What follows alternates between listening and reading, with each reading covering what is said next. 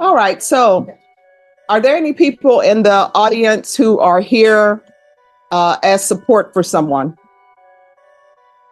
All right, so here's the rule, and I want you all to listen to me very carefully. If you try to communicate with an inmate in the box, you'll be told to leave this courtroom. You will not be welcomed back. Does everyone understand? Whether you're a witness or not, you will not be giving testimony in this court if you do that. Right out of the gate, the judge identifies the core issue, and it's not the traffic stop. In court, arguing about whether the initial stop felt fair won't help much if your actions afterward escalated the situation. Watch how the judge keeps steering the conversation back to personal responsibility. Because that interferes with the security of this courtroom. Does everybody understand? So anybody who's on this side who is not a defendant, I need you to move to this side, and the defendants on this side move to the left side, but nobody sit on the first row. Thank you.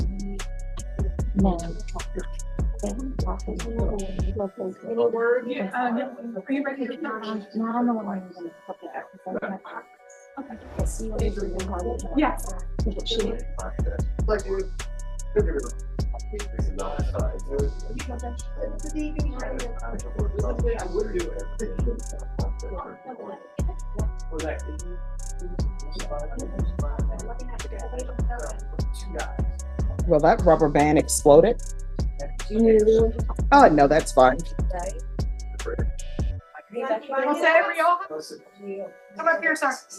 All right, Joshua Patillo. Come here.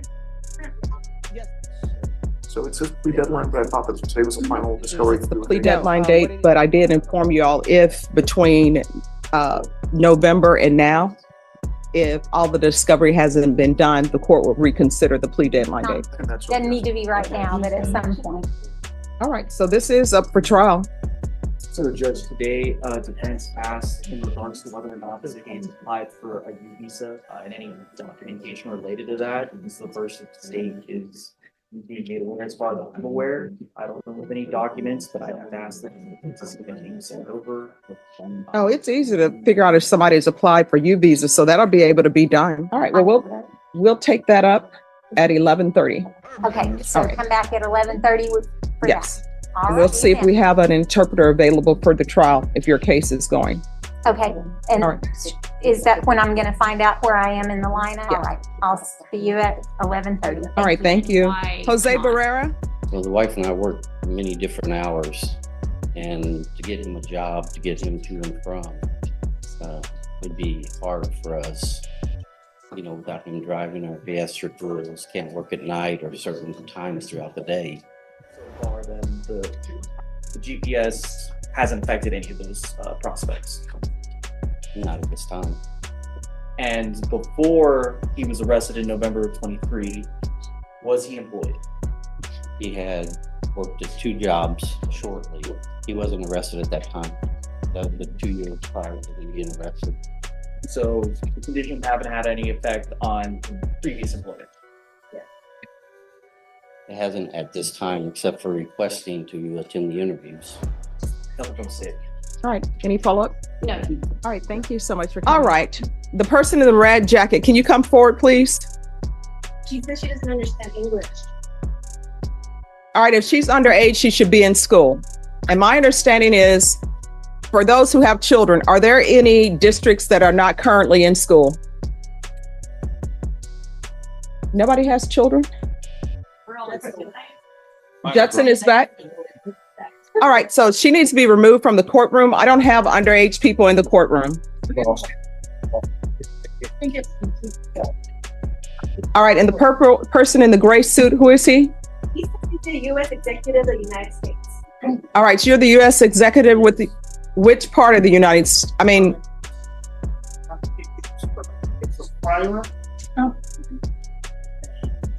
All right, so do you have documentation? All right, thank you so much. You're excused. Thank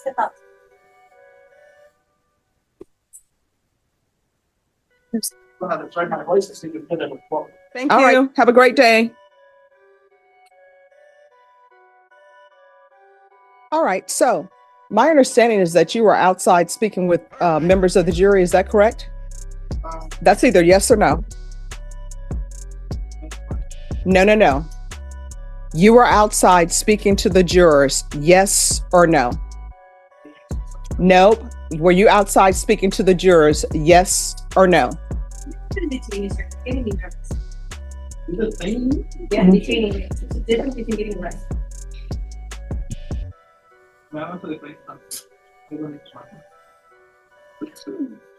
This is what's going to end up. All right. And what division? All right. Do you have documentation for that?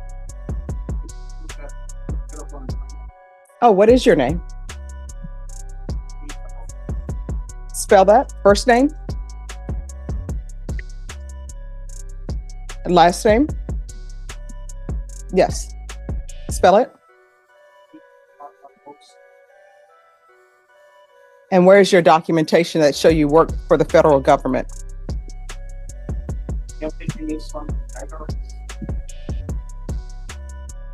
All right. So you are not allowed to be in this courthouse anymore. You do not have any business here. If you are not a witness, you are not allowed in this courtroom. Do you understand? And you're not allowed in this courthouse. You know that you are not supposed to be speaking with the jurors in the hallway. You were. Those jurors were not asking you any questions. You took it upon yourself to tamper with the jury that is coming up here for jury selection. You are not allowed in this courthouse anymore. Do you understand? No. Do you understand? So do not come back into the courthouse. That means this courthouse. That means the courthouse next door, that is the historical courthouse. Do you understand? Right. All right. If you can see that he's escorted off the premises.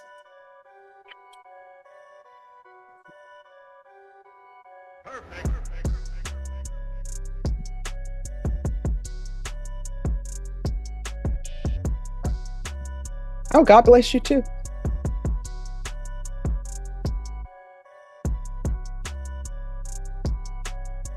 But personally, I don't feel comfortable with using this jury as the jury pool because I don't know what was said.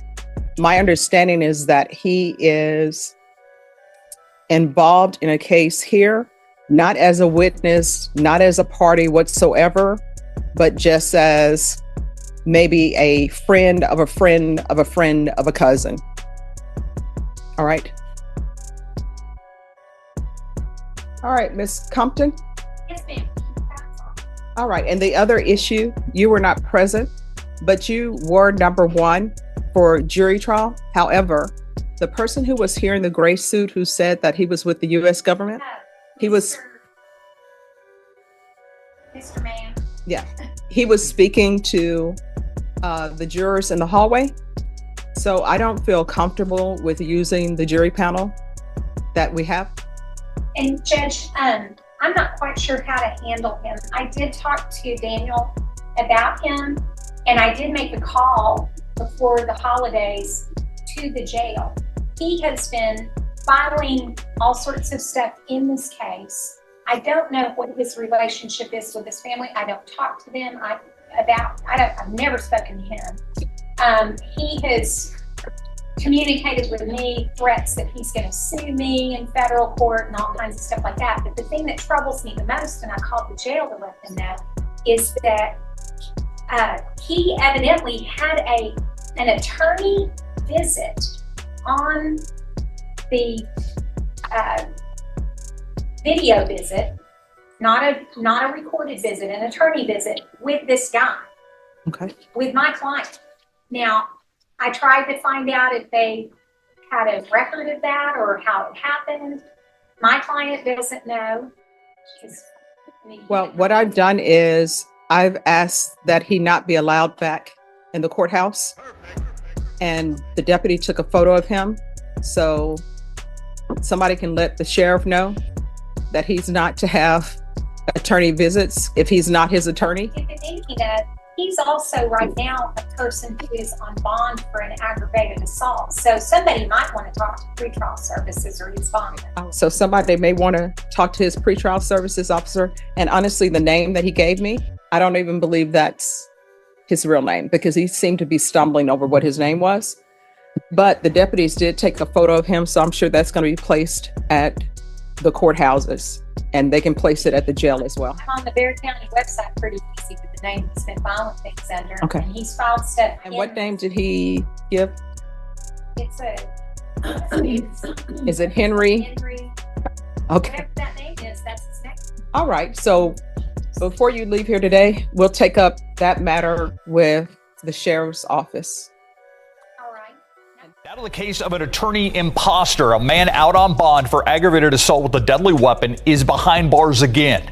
This time accused of violating bond by saying he was an attorney and a government employee. Henry Berrocal was recently thrown out of the Justice Center after tampering with a jury pool.